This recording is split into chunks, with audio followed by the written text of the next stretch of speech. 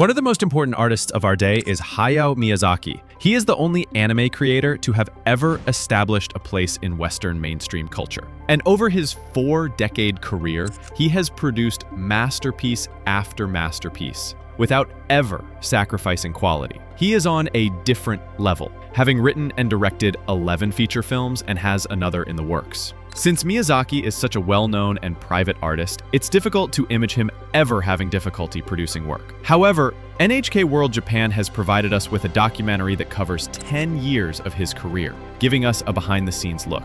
The series provides a detailed look into Miyazaki's creative process and chronicles everything from the creation of Ponyo to the publication of The Wind Rises. I was shocked to discover that I could identify with every hardship and triumph Miyazaki had. His experience isn't all that different from mine, and I suppose everybody who has tried to express themselves via art has, despite an unimaginable amount of pressure and responsibility. Miyazaki is an incredibly wise man, and it shows in everything he does. Seeing his work and hearing him talk has permanently altered my viewpoint and given me priceless insights into what it means to be an artist. Section 1. Obtaining motivation. Miyazaki's creative process starts with a single picture or concept, while tackling the enormous task of creating a feature film. This inspiration will eventually blossom into an entire world full of life. Even the great Miyazaki, however, is unable to conjure this concept out of thin air, as we all attempt to do when we sit down with our laptops and coffee and gaze upon a blank page. No,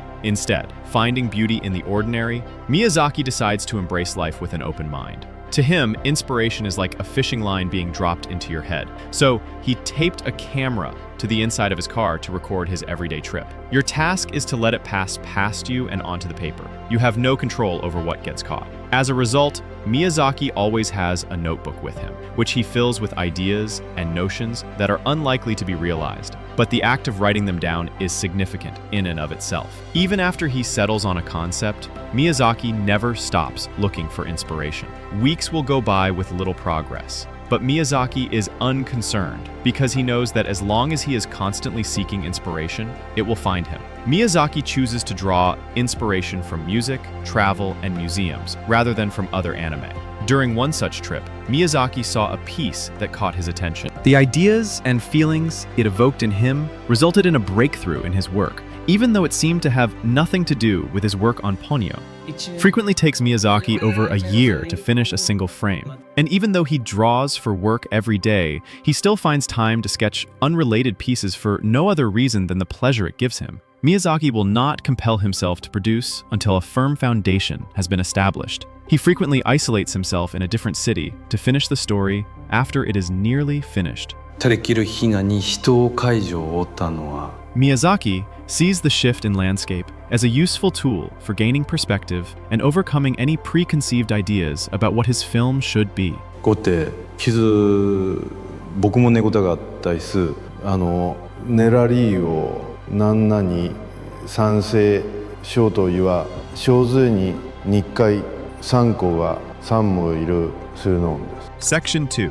Self-assurance. The most surprising aspect of Miyazaki's process is the amount of uncertainty and fear he feels at every stage. When I see a master of their trade at work, I imagine that their years of expertise give them a strong sense of confidence in their own skills. What I didn't realize is that people fail more often the more experience they have. Experts are therefore significantly more familiar with what it means to fail than novices, which makes them even more motivated to succeed. The master has failed more times than the novice has attempted, according to a quote from another artist. Miyazaki pitched his ideas for Princess Mononoke, Castle in the Sky, and My Neighbor Totoro at various studios early in his career. However, he was consistently turned down, and the industry would not even give him the time of day. He believed in himself and his own ideas, which would eventually become the most renowned anime characters in history, despite his incapacity to articulate his vision for the future of animation.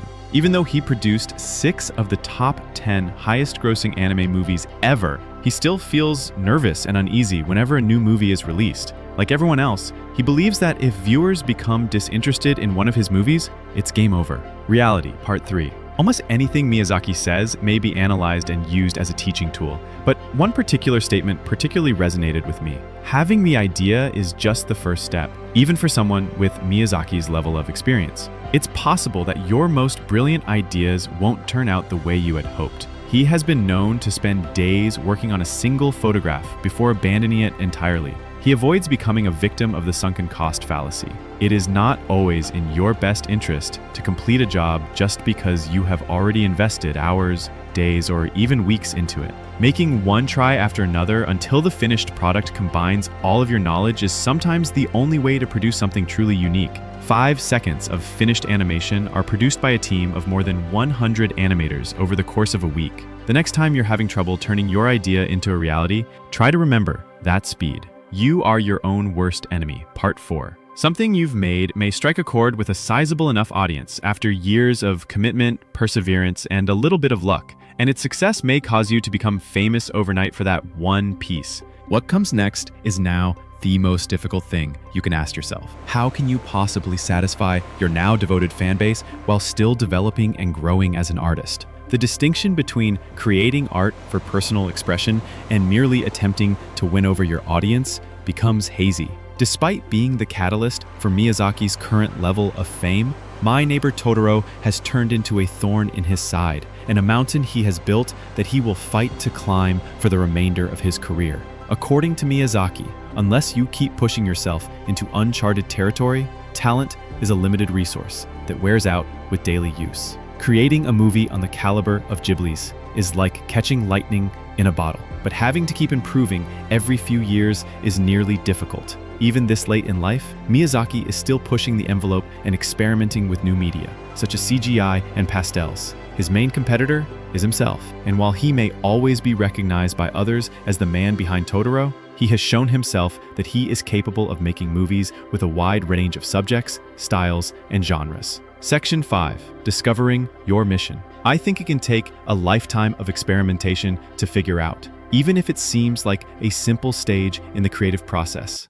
基本的に子どもたちにこの世は生きるに値するんだっていうことを伝えるのが自分たちの仕事の根幹になければいけないというふうに思ってきました。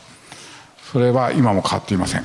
According to Miyazaki, his goal in life is the same as his goal in creating, to bring happiness to those in need. Because his goal is so clear, he is practically prepared to die in order to fulfill it.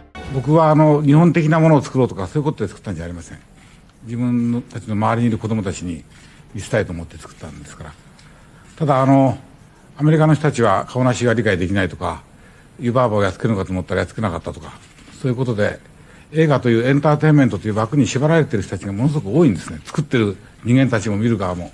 それは実は日本にもたくさんあると思う。Despite rolling blackouts and possible aftershocks, Miyazaki urged that the studio continue operations in the days that followed the 2011 earthquake, which permanently altered Japan and left its people at an all-time low. 自分が手抜きしたというふうな感覚があったら辛いだろうと思うんですけど、とにかくたどり着けるところまではたどり着いたっていうふうにいつでも思ってましたから、終わった後はもうその映画は見ませんでした。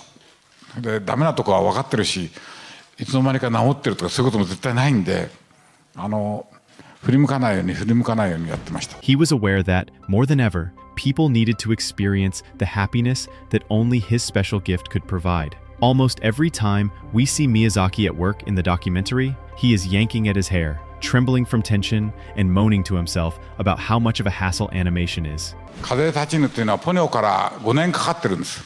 で、もちろんその間、映画を作り続けたわけではなくて、シナリオを書いたりとかですね、自分の道楽の漫画を書いてたりとか、あるいは美術館の短編をやるとか、いろいろなことをやっていますが、やはり5年かかるんです。で、今次の作品を考え始めますと、多分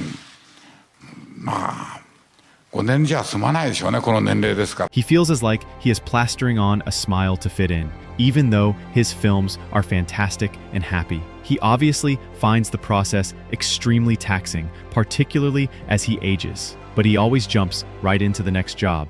僕は何度ももうやめるって今まで言って騒ぎを起こしてきた人間なので、どうせまただろうと思われてるんですけど、これは今回は、本気です。紙と鉛筆は手放しておりません。ただフィルムがなくなっただけです。今世界からフィルムが消えてしまったんです。ちょうどいい時でした。After every movie, and even after he announces his retirement. According to Miyazaki, the most significant things in life are problems, and he and everyone around him are always emphasizing that the challenge is what makes everything worthwhile.